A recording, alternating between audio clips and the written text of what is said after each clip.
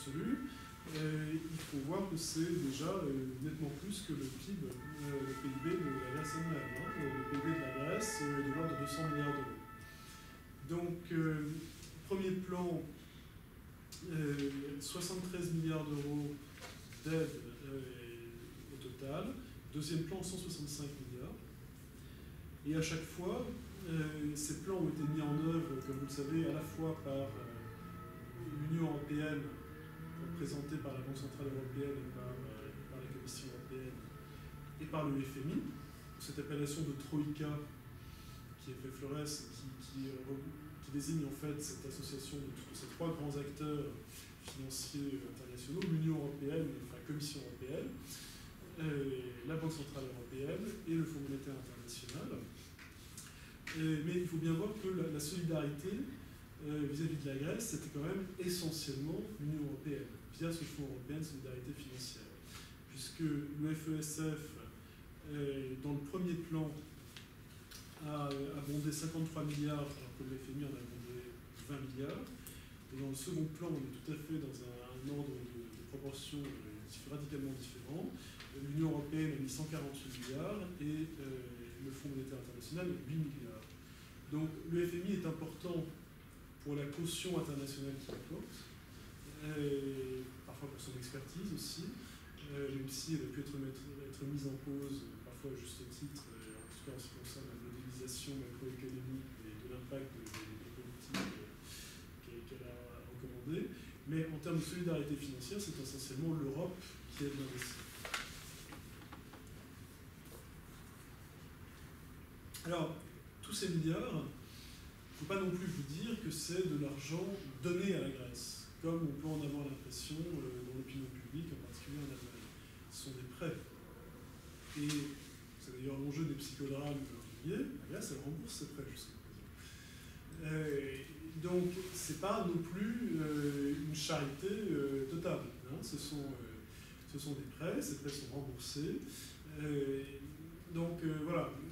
Mesurer l'ampleur de la solidarité, mais mesurer bien aussi, et ça il faut souvent le rappeler aux pays du Nord et de l'Allemagne, qu'il ne s'agit pas de donner à fond perdu. Non, on prête à un pays qui rembourse avec des taux d'intérêt bas, avec des échéances très longues, avec un système également qu'on appelle de backloading, c'est-à-dire que, alors que vous, si vous remboursez un prêt immobilier par exemple, en général on va vous demander de rembourser d'abord beaucoup d'intérêts, puis ensuite plus de capital, c'est plus économique pour vous d'ailleurs, mais dans le cas de la Grèce, on a accepté des conditions particulières qui lui permettent de rembourser plus à la fin qu'au début, de façon à modérer le poids aujourd'hui de ces remboursements.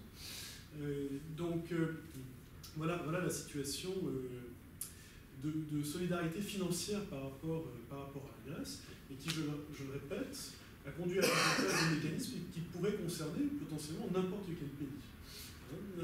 N'importe quel pays en difficulté. Ça n'a pas été fait seulement pour la Grèce. Quelle est la contrepartie? La contrepartie, elle est double. Il y a d'une part des programmes de réforme dans les pays qui bénéficient de cette aide. En particulier, on parle aujourd'hui de la Grèce. Et puis, il y a une discipline budgétaire commune qui est imposée, partagée par tous. Pourquoi cette discipline budgétaire? C'est la contrepartie de la solidarité. C'est-à-dire qu'on se garantit les uns les autres que nous serons solidaires en cas de pépin, mais on se garantit aussi les uns les autres qu'on prend en tout cas toutes les mesures nécessaires pour essayer d'éviter d'avoir à actionner ces mécanismes de crise. D'accord? C'est tout simplement la confiance mutuelle. Voilà. Et donc, on a mis en place des mécanismes très renforcés par rapport à ce que le traité de Maastricht avait initialement prévu. Donc ces fameux critères de 3% de déficit, de 60% de la dette publique, et qui ont été, disons, rendus plus contraignants, plus obligatoires, avec des mécanismes, je n'entre pas dans le détail, ce n'est pas le sujet du jour, mais c'est tout ce dont on a discuté au moment des discussions sur ce qu'on a appelé en France le TSCG, hein, le traité budgétaire européen, qui vise effectivement à renforcer fortement la discipline commune. On l'a souvent présenté à l'époque comme un abandon de souveraineté. Moi, dirais que je suis jugé parti, je travaille pour la Commission européenne. Et enfin, c'est aussi la vérité qu'il ne s'agit pas d'un abandon, il s'agit d'un partage de la souveraineté, parce que ce partage, ça veut dire quoi? Ça veut dire que c'est pas la Commission européenne toute seule qui décide souverainement que tel pays va être puni parce qu'il n'a pas respecté ses objectifs ou sa trajectoire budgétaire. C'est collectivement le Conseil des ministres, donc les États, le gouvernement, qui se donnent un droit de regard mutuel et qui peuvent décider de cela. Donc l'Allemagne va avoir un droit de regard sur les équilibres budgétaires en France, mais la France a aussi un droit de regard sur les équilibres budgétaires en Allemagne, ou en Grèce, ou en Espagne, ou en Italie, etc. Et ce qui est très important aussi de garder à l'esprit, c'est que cet équilibre, ce droit de regard, il porte sur l'équilibre. Il ne porte pas sur le contenu des politiques. Autrement dit, ça reste un choix totalement souverain de la France ou de l'Allemagne ou de la Grèce, de dire, voilà, je veux consacrer tant à mes politiques sociales, et tant à l'éducation, et tant à l'armée, et je vais avoir un niveau d'exécution très fort ou très faible.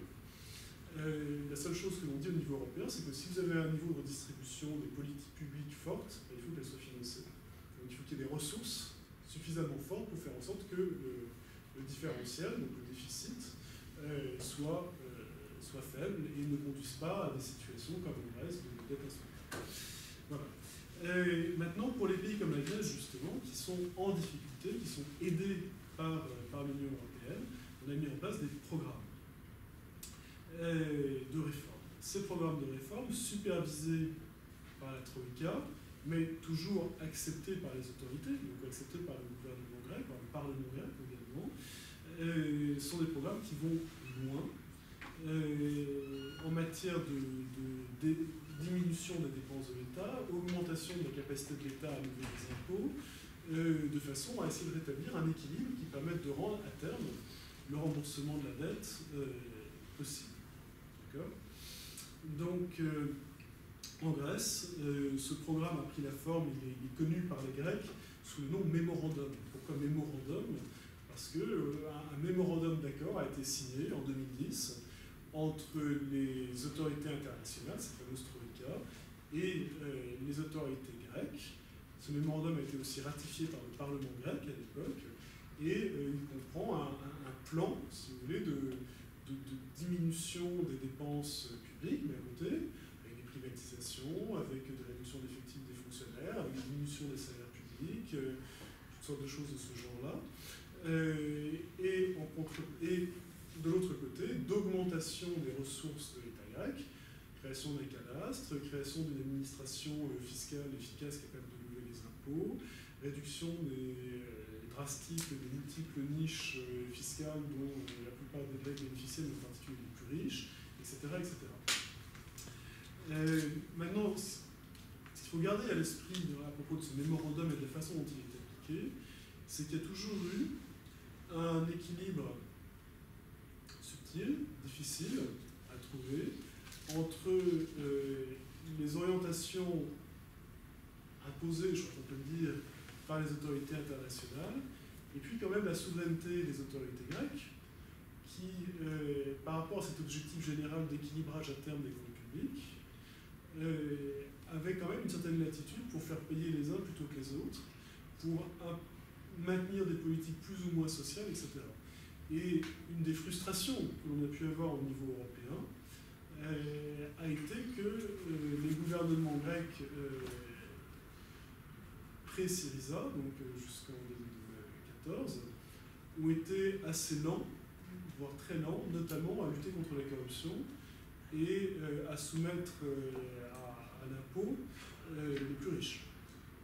Et donc, on fait peser les plus pauvres de Grèce un poids disproportionné par rapport aux plus riches.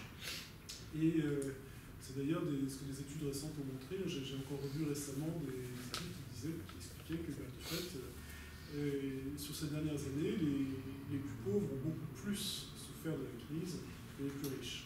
Et il aurait sans doute pu en aller différemment, et ça, c'est, je dirais, pas la faute de l'Union européenne ou de la Troïka, c'est également un choix opportuniste, sans doute, qui a été fait par les autorités grecques elles-mêmes. Maintenant, Ça ne veut pas dire que l'Union européenne et les autorités financières mondiales, le FMI, ne portent aucune responsabilité dans les impacts sociaux qui ont été vécus par les Grecs. Et je vais y arriver maintenant. Ce sera mon dernier point avant d'ouvrir la discussion. Ça a été clairement sous-estimé, voire pas suffisamment pris en compte du tout, parce qu'on était dans une situation d'urgence. Il fallait d'urgence, compte tenu du choix des Grecs eux-mêmes de rester dans la zone euro, du souhait des autres pays européens que la Grèce reste dans la zone euro parce que c'était pour eux la condition de survie, enfin en tout cas pour éviter qu'ils ne soient les suivants sur la liste, des spéculateurs et de la crise de confiance. Pour toutes ces raisons-là, on a mis en place des mécanismes dans l'urgence, dont il s'est avéré ensuite que l'impact récessif a été sous-évalué et que l'impact social a été, je dois admettre, peu évalué et en tout cas sous-évalué. Et aujourd'hui, nous avons des rapports qui nous viennent de Grèce qui montrent effectivement le poids payé, le prix payé par la population est extrêmement élevé. Alors c'est vrai qu'il y avait toute une économie grise en Grèce, des tas de moyens que les Grecs avaient et ont toujours en partie via des solidarités familiales, via des circuits économiques qui ne passent pas par les circuits officiels et donc d'ailleurs pas par l'impôt, qui leur ont permis de vivre ou de survivre mieux que si ces réformes avaient été imposées dans un autre contexte. Mais néanmoins, on arrive au constat aujourd'hui que sur le plan sanitaire, sur le plan social, sur le plan des personnes vivant dans une réelle pauvreté aujourd'hui en Grèce, on est arrivé à des niveaux totalement insoutenables, inacceptables. Sur le plan même des chiffres officiels du chômage, nous en sommes à plus de 25%, à 27% à peu près de chômage sur le plan général, un chômage de longue durée extrêmement élevé dans ces statistiques. Et un chômage des jeunes qui dépasse allègrement les 50%. Selon les chiffres que j'ai vus, on est entre 53-54 et 60% de chômage des jeunes. On est également à des niveaux de pauvreté qui ont explosé. On est à la résurgence, on observe la résurgence de maladies qui autrefois étaient soignées beaucoup plus aisément. On est à des situations catastrophiques dans des hôpitaux, de centres sociaux, etc.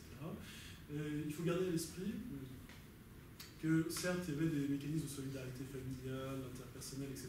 forts en Grèce, mais il y avait par contre historiquement des minima sociaux et un système de welfare state, un état-providence extrêmement peu développé. C'était l'un des États européens avec le moins de parachutes sociaux, si je puis dire. Et donc, l'Union européenne, à côté de ces réformes extrêmement dures, essaye aussi de demander à la Grèce et de faire mettre en place par la Grèce des minima sociaux, un salaire ou un revenu même minimum, une sorte de RSA, de développer l'aide sociale, etc. Mais il y a un décalage temporel, et c'est là-dessus que je voudrais conclure, il y a un décalage temporel entre d'un côté une situation d'urgence massive sur le plan économique et budgétaire, et d'un autre côté un processus de création dans un contexte qui n'était absolument pas préparé, d'un État qui réponde à toutes les normes, je dirais, des États du nord de l'Europe, sur le plan social, économique, budgétaire, de la taxation, de la lutte contre la corruption, de la rigueur, de la transparence, etc., en un espace de quelques années, alors que c'est un processus qui normalement prendrait une génération, peut-être plus. Et donc ce raccourcissement temporel, c'est ça qui crée ce coût social extrêmement lourd pour les Grecs. Je voulais terminer sur l'actualité aujourd'hui. Donc Syriza est au pouvoir depuis le mois de janvier. Ça suscitait beaucoup de craintes aussi parce que c'était une force politique inconnue, qui n'avait jamais exercé le pouvoir, qui avait un discours à certains égards assez radical, même si elle était pour l'euro, pour le maintien de l'Union européenne, et ça ne faut jamais le perdre de vue. Un dialogue très, très intense s'est établi avec les autorités politiques grecques, évidemment au plus haut niveau, hein, Tsipras, Juncker, les dirigeants européens, au niveau des ministres des Finances, au niveau technique. Je reviendrai, si vous voulez, dans la conversation, dans le débat sur les perspectives pour la Grèce aujourd'hui. Mais ce que je voudrais dire simplement, c'est que pour les Grecs, ce vote, bon, ça fait un peu plus d'un tiers des Grecs qui ont voté pour Syriza au mois de janvier, mais c'est comme il y a un système politique au Parlement européen, au Parlement grec, pardon, proportionnel avec une grosse prime pour les partis également. Syriza a eux seuls 148 sièges sur 300, ce qui les a obligés à s'allier à un autre petit parti, mais enfin, ils sont quand même le parti dominant aujourd'hui en Grèce. Pour les Grecs, ce vote et le fait que Syriza soit maintenant au pouvoir, c'était une question de dignité. C'est le mot qui revient pour eux tout le temps quand on leur en parle, parce qu'ils ont eu le sentiment que pendant plusieurs années, finalement, ils avaient perdu leur souveraineté complètement, que c'était un point de vue certainement caricatural, mais néanmoins une impression qui répondait aussi à des éléments réels, d'être étranglés, de ne plus avoir la possibilité de mener leur propre politique. Et s'ils ont mis Syriza au pouvoir, c'est avant tout, c'est pas forcément parce qu'ils sont sympathisants du front de gauche, ce qu'on appellerait le front de gauche en France, mais c'est parce que c'était pour eux une question de souveraineté. C'était le parti qui leur proposait une voie différente et une voie où ils auraient leur mot à dire. Donc là encore, c'était une question, je dirais, encore plus politique qu'économique. C'est quand même frappant qu'aujourd'hui encore, quand on les interroge, quand il y a des sondages en Grèce, c'est pas les 30 à 40% de personnes qui ont voté pour Syriza qui soutiennent le gouvernement, non, c'est une large majorité, 70%, 80%, même dans certains sondages, les Grecs soutiennent, sont heureux de leur gouvernement, même s'ils n'ont peut-être pas voté pour eux, pour beaucoup d'entre eux. De la même façon, 70 à 80%, comme je l'ai dit, souhaitent rester dans la zone euro. Donc on est dans cette situation politique extrêmement intéressante aujourd'hui. Pour les perspectives et le feuilleton quotidien, donc vous voyez tous les jours à la radio, à la télévision, donc ce n'est pas la peine que je m'étende là-dessus, je préfère plutôt ouvrir la discussion à partir des quelques éléments de compréhension que je vous ai donnés. Voilà, vous-même, qu'en pensez-vous? Quelle est votre perception? Est-ce que vous vous sentez plutôt en phase avec les Nordiques qui disent stop, arrêtons de payer pour la Grèce, plutôt avec les sudistes qui disent il faut les aider? Voilà. Et vous?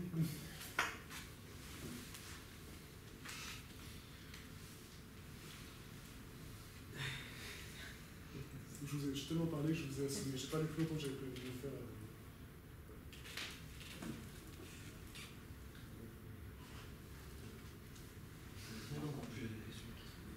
Pardon? Encore plus de questions. Encore plus de questions qui se posent. Ah oui, mais c'est une question complexe, c'est très complexe. C'est pour ça d'ailleurs qu'il y a autant d'oppositions, autant de points de vue divergents, qui ont tous leur part de légitimité d'ailleurs. Disons que c'est l'essence de la construction européenne depuis le début, c'est d'avoir essayé de mettre ensemble, par le dialogue, des points de vue qui au départ sont différents, des histoires qui sont pas différentes. Et on y arrive.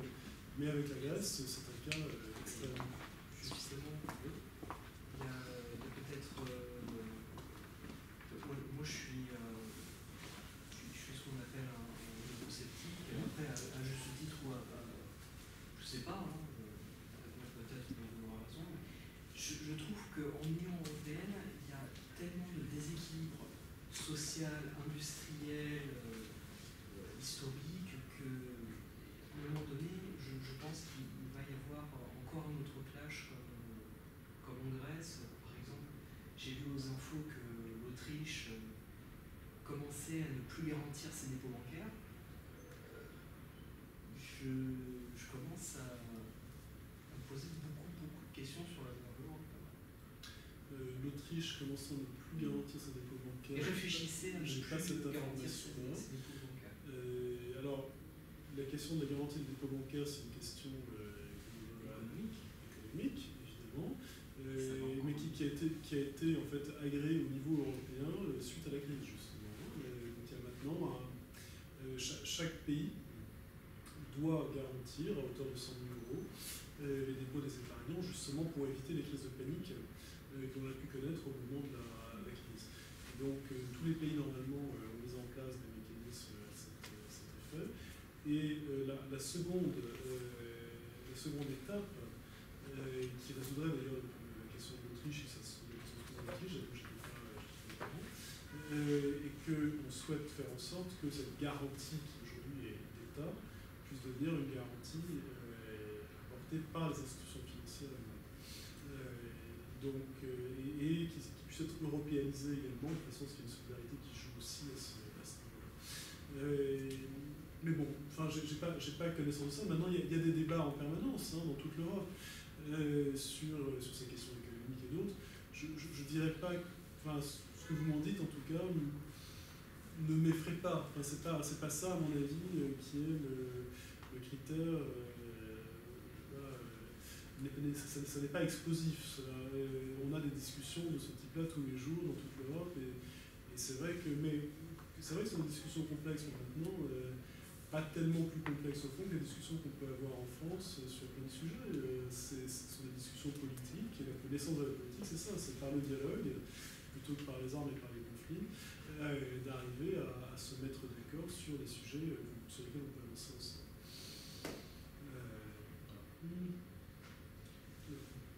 Après, j'ai encore une deuxième question. Vous avez parlé donc du refus de la Grèce, notamment par régime dictatorial à un moment donné de son histoire. Et là, aujourd'hui, on voit qu'il y a 17 sièges qui sont occupés par Aube dorée. Peut-être demain, peut-être ça sera 20, 30 sièges, on ne sait pas. Peut-être que ça sera moins, mais c'est quand même un parti néo-nazi qui rentre dans la politique d'un pays qui est dit démocrate. C'est exact.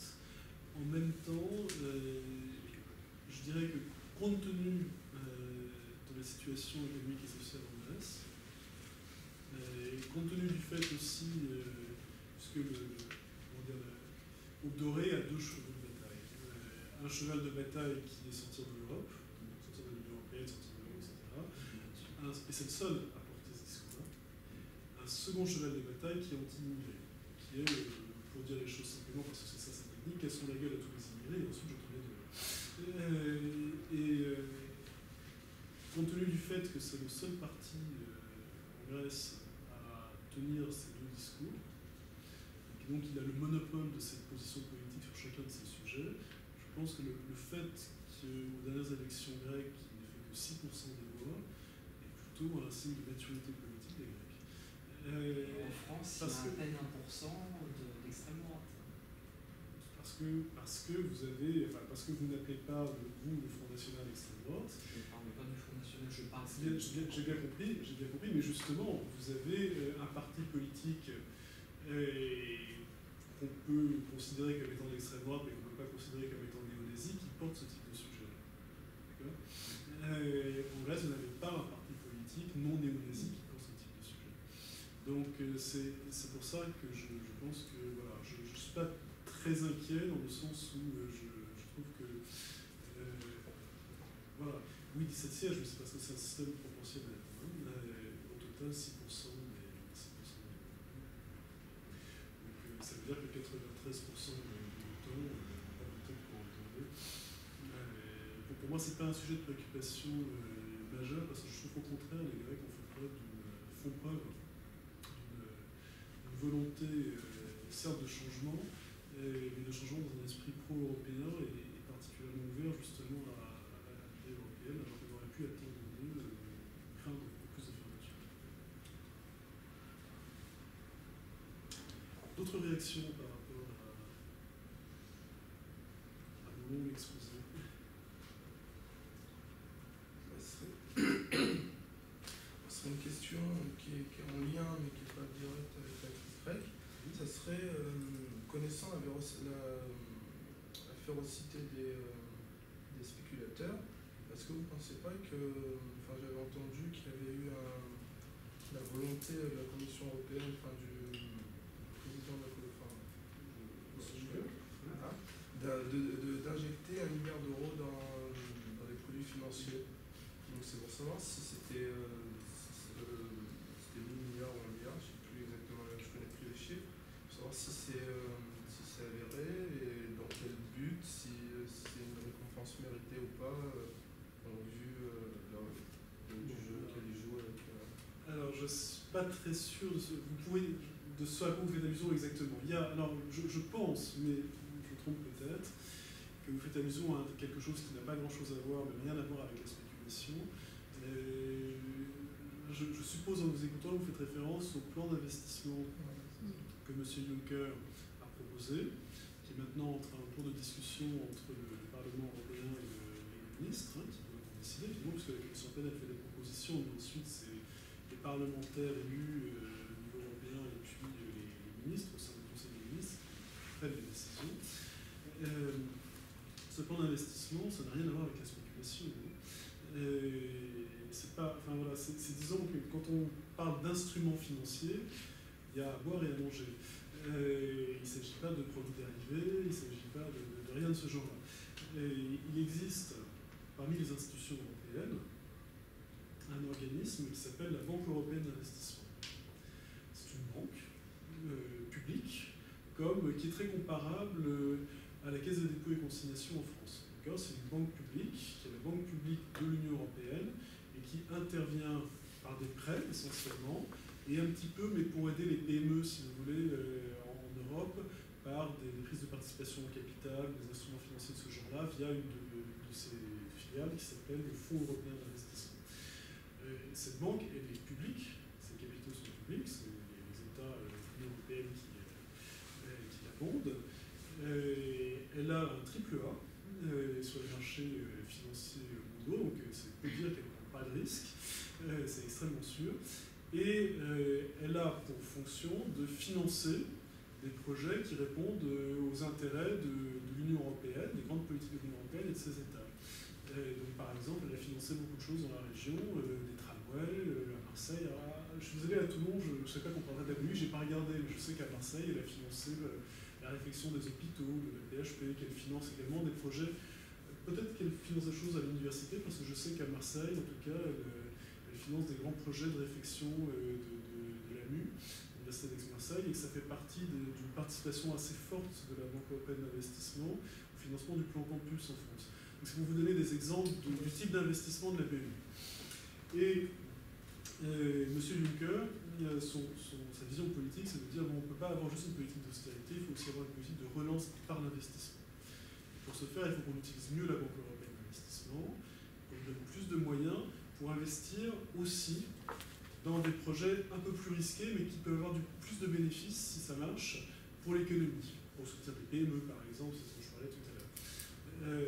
Et donc, on va...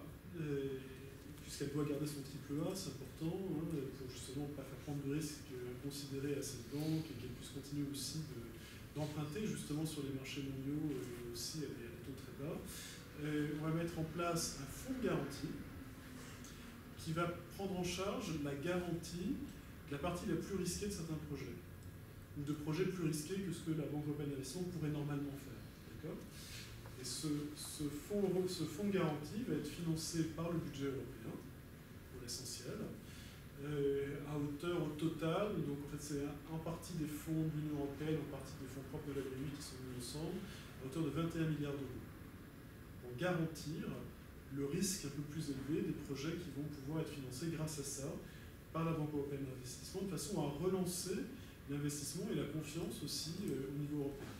Et les calculs de la BEI qui sont plus... beaucoup de gens s'en sont étonnés quand ça a été annoncé, mais en fait c'est plutôt conservateur par rapport à la pratique déjà actuelle de la Banque européenne d'investissement. C'est qu'avec ces 21 milliards d'euros, en garantie, encore je dis bien, on devrait pouvoir lever au total plus de 300 milliards d'euros d'investissement dans toute l'Europe.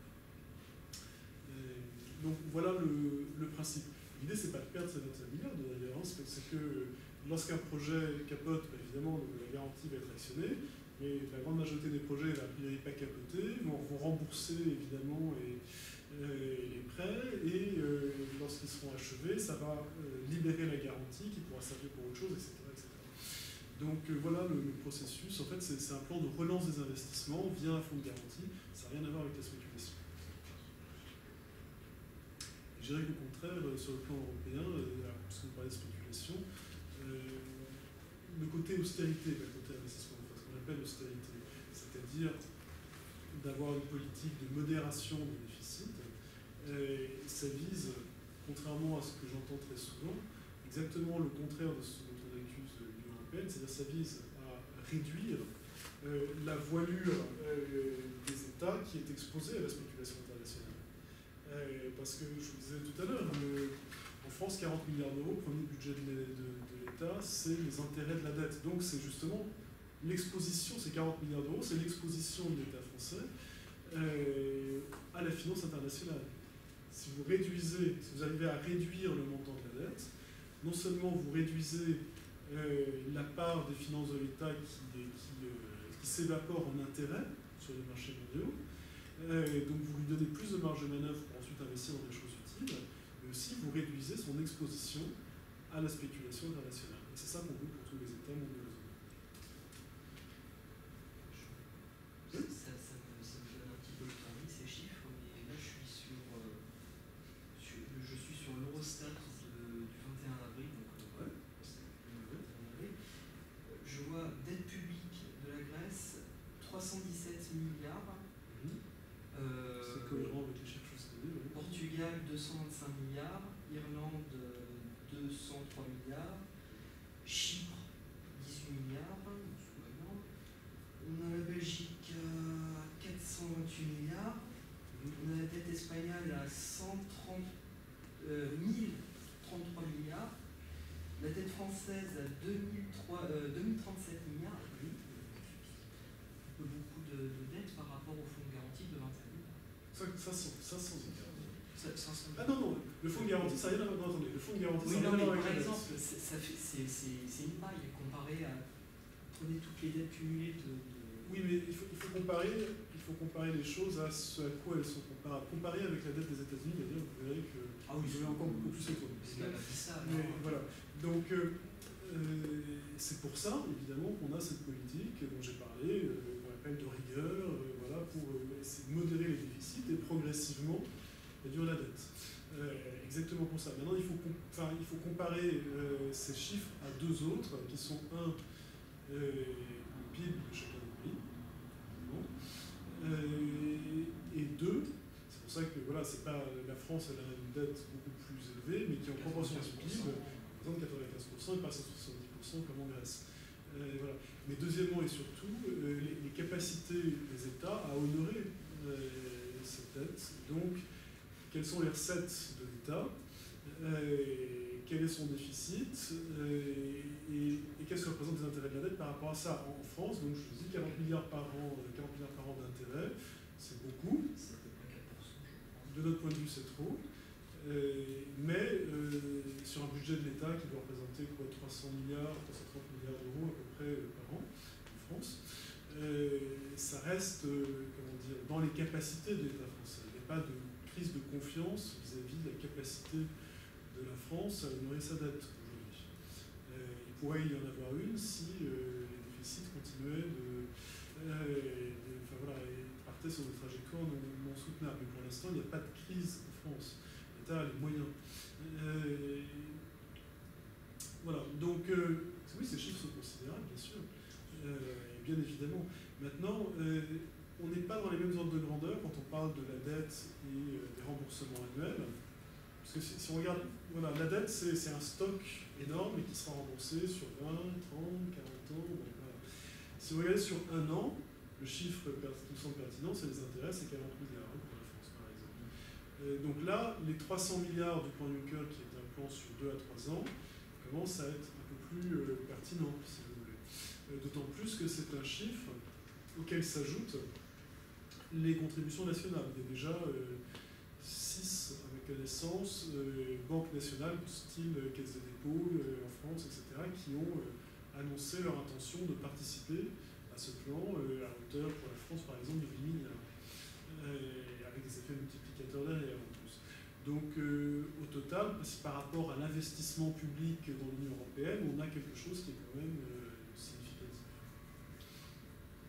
D'ailleurs, la Banque européenne d'investissement dont je parlais, curieusement, elle est pareil, très connue. On connaît beaucoup plus la Banque mondiale, des institutions comme ça, mais c'est la plus grande institution financière internationale du monde. On n'en a pas toujours conscience. Au niveau du budget européen, c'est pas grand-chose par rapport aux budgets nationaux, hein, c'est 1% du PIB, 140 milliards d'euros par an, le budget de l'Union européenne. 1% du PIB, à comparer avec des taux de redistribution qui en France dépassent les 50% du PIB, d'accord? Donc pas grand-chose. En même temps, comme il est concentré sur certaines politiques, par exemple la politique de recherche et d'innovation, on a au niveau européen le programme de recherche le plus important du monde.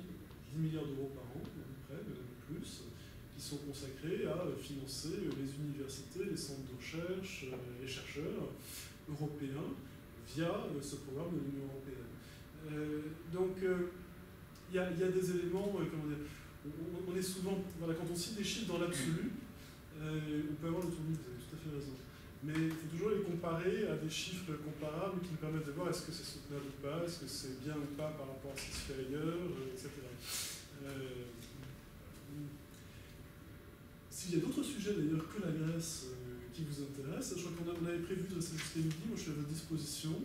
Vous n'êtes pas obligé de rester jusqu'à midi évidemment, mais voilà, si vous voulez qu'on continue à discuter, même sur d'autres sujets qui touchent à l'Union européenne, c'est avec plaisir, je suis là pour ça.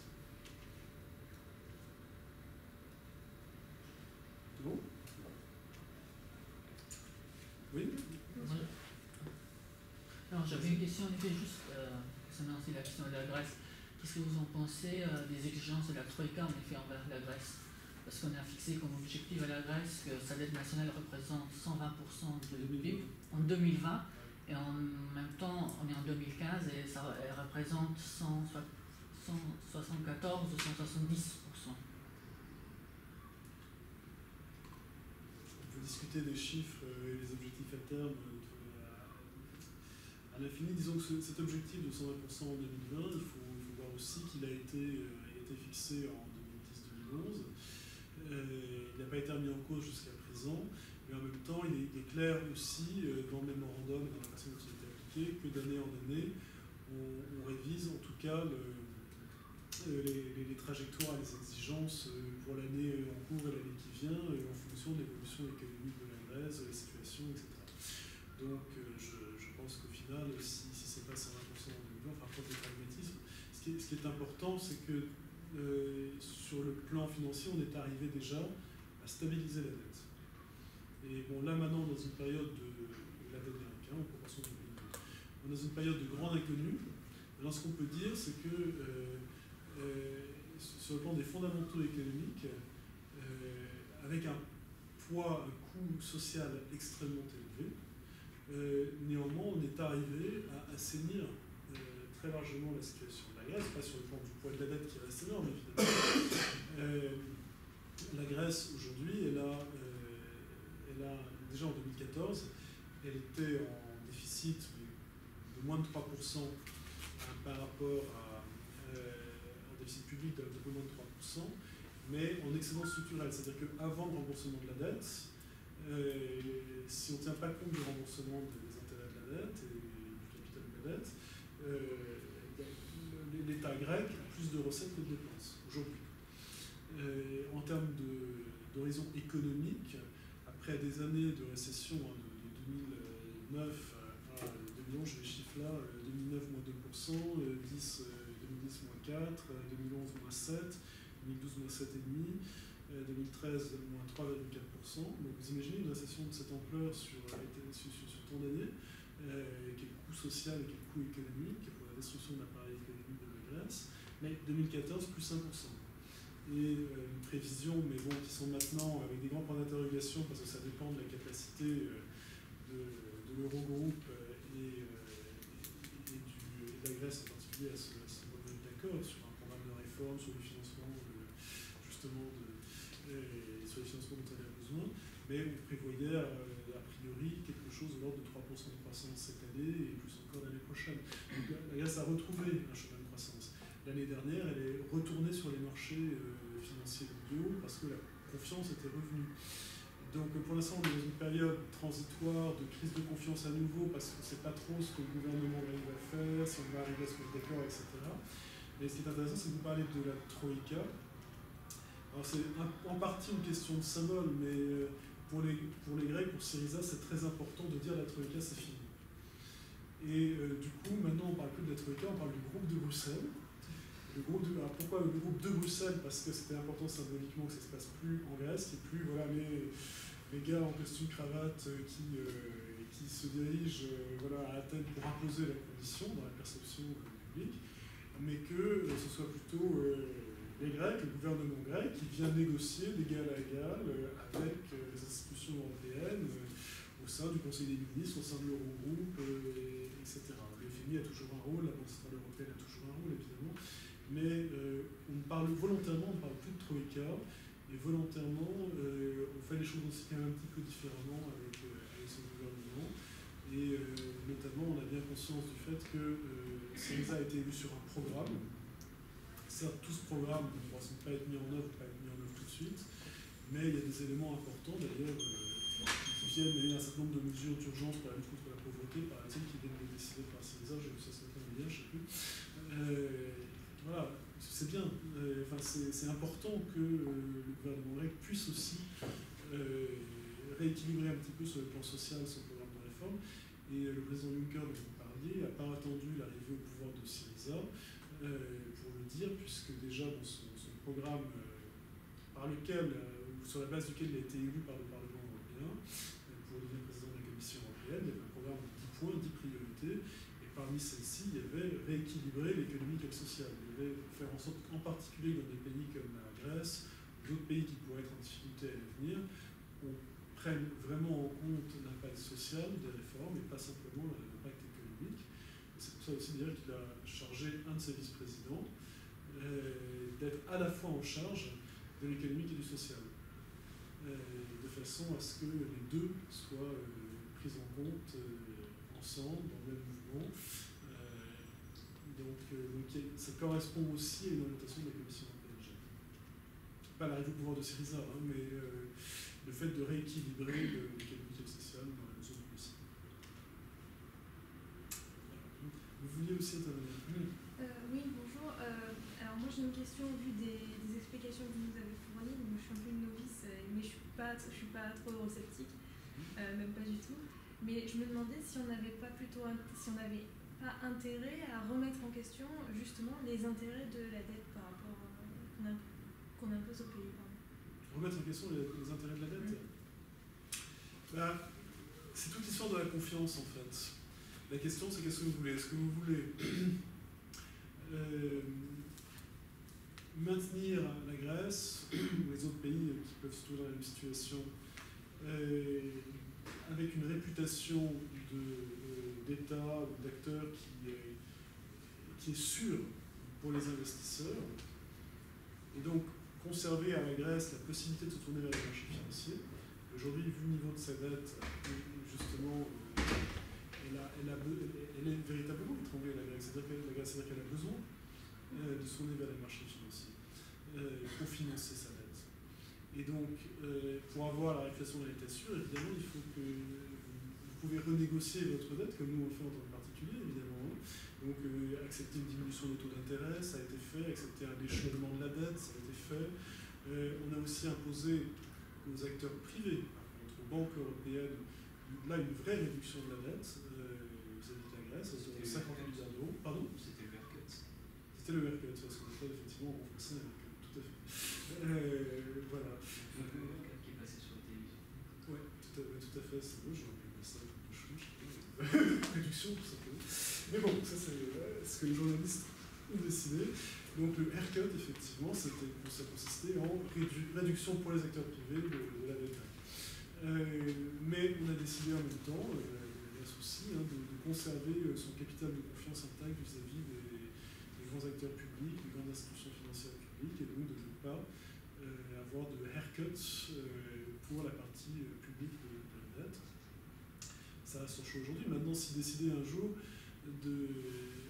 si vous voulez prendre une décision drastique, ce serait probablement plutôt de quitter la zone euro ou de faire défaut sur le paiement. Mais là, on connaît les conséquences aussi. Hein, c'est couper immédiatement la Grèce de ses capacités de financement sur les marchés internationaux. C'est l'isolement total pour un pays qui dépend son économie très largement de l'Union européenne, de ses interdépendances. C'est un choix lourd à faire et qui ne correspond pas au choix des Grecs.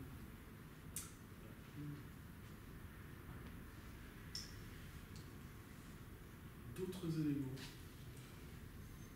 vous intéressent. C'est une chose que je n'ai pas dite parce que je crois que j'avais trop parlé. J'ai mentionné l'action des autorités de la Troïka, etc. Je n'ai pas mentionné un aspect du travail des institutions européennes, des commissions européennes en particulier, et aussi des autres États en matière de solidarité. Il y a une institution qui s'appelle, un groupe de travail qui s'appelle la Task Force